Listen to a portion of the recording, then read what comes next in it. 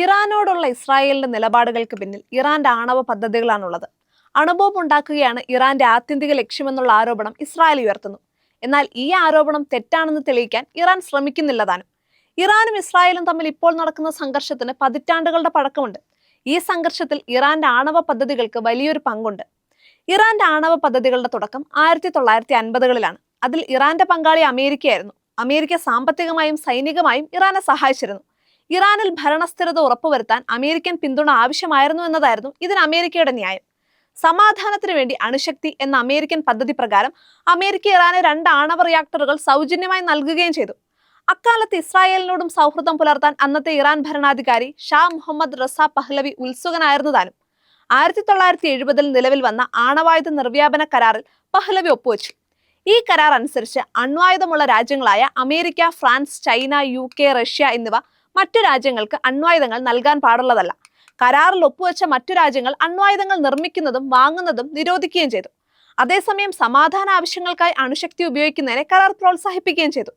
തങ്ങളുടെ ഊർജാവശ്യങ്ങൾ നിറവേറ്റാൻ അണുശക്തി ഉപയോഗിക്കണമെന്ന് ഇറാൻ തീരുമാനമെടുത്തു. അങ്ങനെയാണ് 70കളിൽ ബുഷേറിൽ ഇറാൻ ആണവോർജ്ജ കേന്ദ്രം പണിയാൻ തീരുമാനിക്കുന്നത്. 1979 ഇസ്ലാമിക നേതാക്കൾ ഇറാന്റെ ഭരണം പിടിച്ചെടുത്തു.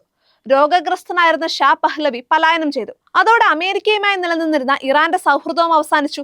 ഇസ്ലാമിക വിപ്ലവം ആയത്തുള്ള റൂഹുള്ള ഖൊമേനിയെ പരമോന്നത നേതാവായി അവരോധിച്ചു. ഇസ്രായേലിനെ മുഖ്യ ശത്രുവായി പ്രഖ്യാപിച്ച ഖൊമേനി ആ രാജ്യത്തിന് നിലനിൽക്കാൻ അവകാശമില്ലെന്ന് തീർപ്പ് കൽപ്പിച്ചു.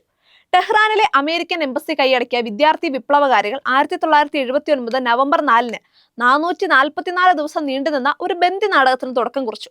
അമേരിക്ക ഇറാനുമായുള്ള നയതന്ത്ര ബന്ധം വിച്ഛേദിച്ചു. മാത്രമല്ല, ക്രമേണ ശക്തമാക്കിക്കൊണ്ടിരുന്ന ഉപരോധത്തിനും ഇറാൻ വിധേയമായി. ഇറാന്റെ ആണവ പദ്ധതികൾ അവസാനിച്ചെന്ന് തൽക്കാലത്തേക്കെങ്കിലും ലോകം ആശ്വസിച്ചു. എന്നാൽ ഇറാനിലെ നത്താൻസ് പ്രദേശത്ത് ഇറാൻ തങ്ങളുടെ യുറേനിയം സമ്പുഷ്ടീകരണ കേന്ദ്രം പണിതുയർത്തുന്നുവെന്ന് 2002 പാശ്ചാത്യ ഇന്റലിജൻസ് വിഭാഗങ്ങൾ മനസ്സിലാക്കി. അക്കാര്യം ഇറാനിലെ പ്രതിപക്ഷവും ശരിവെച്ചു. ഇറാൻ ആണവായുധങ്ങൾ സജ്ജീകരിക്കുമെന്ന ഭയം സജീവമായി. ആണവ നിർവ്യാപന കരാറിലെ വ്യവസ്ഥകൾക്ക് വിരുദ്ധമായ ഒരു നീക്കവും തങ്ങൾക്കില്ലെന്ന് ഇറാൻ വ്യക്തമാക്കിയെന്നത് ശരിതന്നെ. ഇറാനിയൻ ഭരണകൂടത്തിനെതിരെ കൂടുതൽ ശക്തമായി നീങ്ങണമെന്ന് ഇസ്രായേൽ ആവശ്യപ്പെട്ടു. ഔദ്യോഗികമായി സമ്മതിച്ചിട്ടില്ലെങ്കിലും ഇസ്രായേൽ ആണവായുധങ്ങൾ കൈവശമുള്ള രാജ്യമാണെന്ന് എല്ലാവർക്കും അറിയാം. എന്നാൽ അവർ ആണവ നിർവ്യാപന കരാറിൽ ഒപ്പുവെച്ചിട്ടുള്ള രാജ്യമല്ല. അതുപോലെ തന്നെ ഇന്ത്യയും പാകിസ്ഥാനും ആ കരാറിൽ ഒപ്പുവെക്കാത്ത രാജ്യങ്ങളാണ്. ഇറാന്റെ സമ്പുഷ്ടീകരണ യത്നങ്ങൾ UK, ഫ്രാൻസ്, ജർമ്മനി എന്നീ രാജ്യങ്ങളെ ഇറാനുമായുള്ള ഒരു നയതന്ത്ര സംവാദത്തിന് പ്രേരിപ്പിച്ചു. 2003 ഇറാൻ ചർച്ചകൾക്ക് തയ്യാറായി. 4 മാസത്തെ ചർച്ചകൾക്ക് ശേഷം സമ്പുഷ്ടീകരണ പരിപാടികളിൽ നിന്ന് പിൻവാങ്ങുന്നതായി ഇറാൻ പ്രഖ്യാപിച്ചു. എന്നാൽ 2005 മഹ്മൂദ് അഹ്മദി നജാദ് പ്രസിഡന്റ് ആയതോടെ ഇറാൻ മലക്കം മറിഞ്ഞു. 2006 ഇറാൻ പ്രസ്താവിച്ചത് ഇങ്ങനെയാണ്: തങ്ങൾ സമ്പുഷ്ടീകരണ പ്രക്രിയ പുനരാരംഭിക്കുകയാണെന്ന്. ചർച്ചകൾ സ്തംഭനാവസ്ഥയിലായി. യൂറോപ്യൻ ശക്തികൾ ചർച്ചകളിൽ നിന്ന് പിന്തിരിയുകയും ചെയ്തു. തുടർന്നുള്ള വർഷങ്ങളിൽ ഇറാനും ഇസ്രായേലും തമ്മിലുള്ള അഭിപ്രായ ഭിന്നതകൾ കൂടുതൽ രൂക്ഷമായി. നത്താൻസിലെ ആണവോർജ്ജ കേന്ദ്രങ്ങളിൽ ഇസ്രായേൽ 2010 ആക്രമണം നടത്തി. ഒരു കമ്പ്യൂട്ടർ വൈറസ് ആയിരുന്നു ഇസ്രായേലിന്റെ ആയുധം.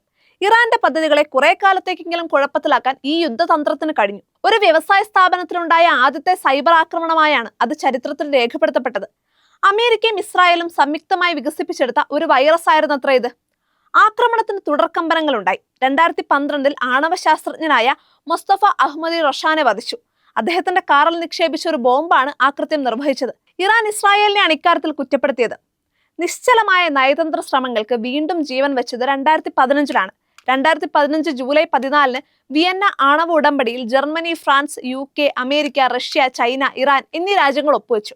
അതോടെ ഇറാന്റെ ആണവായുധ ഉദ്യമങ്ങൾ അവസാനിക്കേണ്ടതായിരുന്നു. ഇറാന്റെ സന്നദ്ധതയ്ക്ക് പകരമായി UN-ഉം യൂറോപ്യൻ യൂണിയനും അമേരിക്കയും ഏർപ്പെടുത്തിയ ഉപരോധങ്ങൾ ക്രമമായി അവസാനിപ്പിക്കാൻ ധാരണയായി. 2018 ഇസ്രായേൽ പ്രധാനമന്ത്രി നെതന്യാഹു ഇറാൻ സൈനികേതര ആവശ്യങ്ങൾക്ക് വേണ്ടി മാത്രമാണോ ആണവ പരീക്ഷണങ്ങൾ നടത്തുന്നത് എന്ന സംശയം ഉന്നയിച്ചു. 2015 ഉടമ്പടിയിൽ ഇറാൻ ഒപ്പുവെച്ചത് തങ്ങളുടെ പദ്ധതികളെക്കുറിച്ചുള്ള യഥാർത്ഥ വസ്തുതകൾ മറച്ചുവെച്ചുകൊണ്ടാണത്രേ. ഇസ്രായേലിന് ഇത് തെളിയിക്കുന്നതിനുള്ള നിരവധി രേഖകൾ ലഭിച്ചിട്ടുണ്ടെന്നും നെതന്യാഹു പറഞ്ഞു. 2015 ഉടമ്പടിയിൽ നിന്ന് തങ്ങൾ പിന്മാറുന്നതായി അമേരിക്കൻ പ്രസിഡന്റ് ട്രംപ് 2018 പ്രഖ്യാപിക്കുകയും ചെയ്തു. ഇതിനെ ചരിത്രപരമായ തീരുമാനമായി നെതന്യാഹു വിശേഷിപ്പിച്ചു. 2015 ഉടമ്പടിയിൽ നിന്ന് അമേരിക്ക പിൻവാങ്ങിയതോടെ ഇറാന്റെ ആണവ നിലയങ്ങൾ തകർക്കാൻ ഇസ്രായേൽ ശ്രമിച്ചു തുടങ്ങി. 2020 ഇസ്രായേൽ നത്താൻസിലെ സെൻട്രിഫ്യൂജ് നിർമ്മാണ കേന്ദ്രം തകർത്തു. പിറ്റേ വർഷം അവിടെ ഇസ്രായേൽ ഒരു സൈബർ ആക്രമണവും നടത്തി. ഇസ്രായേലിനെയാണ് ഇക്കാര്യത്തിൽ ഇറാൻ കുറ്റപ്പെടുത്തിയത്. തങ്ങളുടെ ആണവ ശാസ്ത്രജ്ഞരെ ഇസ്രായേൽ ലക്ഷ്യമിടുന്നതായി ഇറാൻ ആരോപിച്ചു. 2021 ഏപ്രിലിൽ ഇറാൻ യുറേനിയം സമ്പുഷ്ടീകരണം 60% വരെ എത്തിക്കാനുള്ള ശ്രമം തുടങ്ങി. ആണവായുധ നിർമ്മിതിക്ക് 85 മുതൽ 90% വരെ സമ്പുഷ്ടീകരിച്ച യുറേനിയം ആവശ്യമാണ്. ഇസ്രായേലും ഇറാനും തമ്മിലുള്ള സംഘർഷങ്ങൾ രൂക്ഷമാകുന്നത് 2021-ലാണ്. 2 ഇറാനിയൻ പട്ടാള ജനറൽമാരെ ഡമാസ്കസിലെ ഇറാൻ എംബസിയിൽ വെച്ച് ഇസ്രായേൽ വ്യോമാക്രമണത്തിലൂടെ വധിച്ചു. 300-ലേറെ റോക്കറ്റുകളും ഡ്രോണുകളും ഇസ്രായേലിലേക്ക് വർഷിച്ചുകൊണ്ടാണ് ഇറാൻ അതിന് മറുപടി പറഞ്ഞത്. ഏതാനും നാളുകൾക്കകം ഇസ്രായേൽ ഇറാനിലെ ഇസ്വാഹാൻ വ്യോമപ്രതിരോധ സംവിധാനം ആക്രമിച്ചു. ജൂലൈ 31-ന് ടെഹ്റാനിൽ വെച്ച് ഹമാസിന്റെ നേതാവ് ഇസ്മായിൽ ഹനിയയും കൊല്ലപ്പെട്ടു. 2024 ഒക്ടോബറിൽ ഇറാനിൽ നിന്ന് ഇസ്രായേലിലേക്കുള്ള റോക്കറ്റ് വർഷം പുനരാരംഭിച്ചു.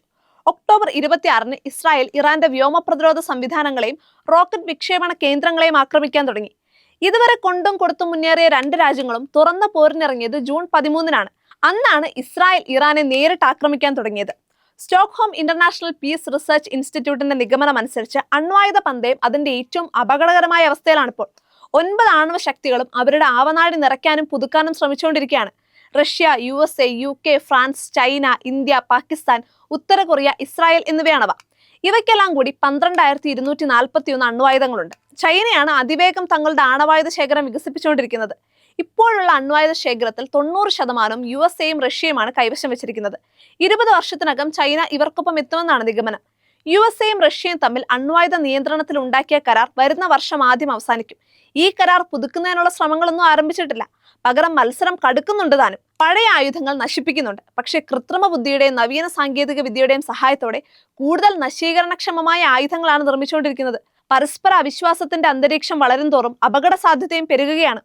ട്രംപിന്റെ കീഴിൽ അമേരിക്കൻ സംരക്ഷണം യാഥാർത്ഥ്യമാകുമോ എന്ന് യൂറോപ്പ് സംശയിക്കുന്നുണ്ട്. അതുകൊണ്ട് യൂറോപ്പിന്റെ സുരക്ഷ ഫ്രാൻസിനെയും UK-യും സംയുക്തമായോ ആശ്രയിച്ചാണെന്ന് സ്റ്റോക്ക്ഹോം ഇൻസ്റ്റിറ്റ്യൂട്ടിന്റെ ഡയറക്ടർ ഡാൻ സ്മിത്ത് പറയുന്നു. കഴിഞ്ഞ വർഷം ലോകത്തിലാകെ 49 സായുധ സംഘർഷങ്ങൾ ഉണ്ടായെന്നാണ് കണക്ക്. ആയുധ വ്യാപാരത്തിന്റെ തുക അനുദിനം പെരുകുന്നു. സംഘർഷം അയയുകയല്ല, സമാധാനം മരീചികയായി തുടരുകയാണ്.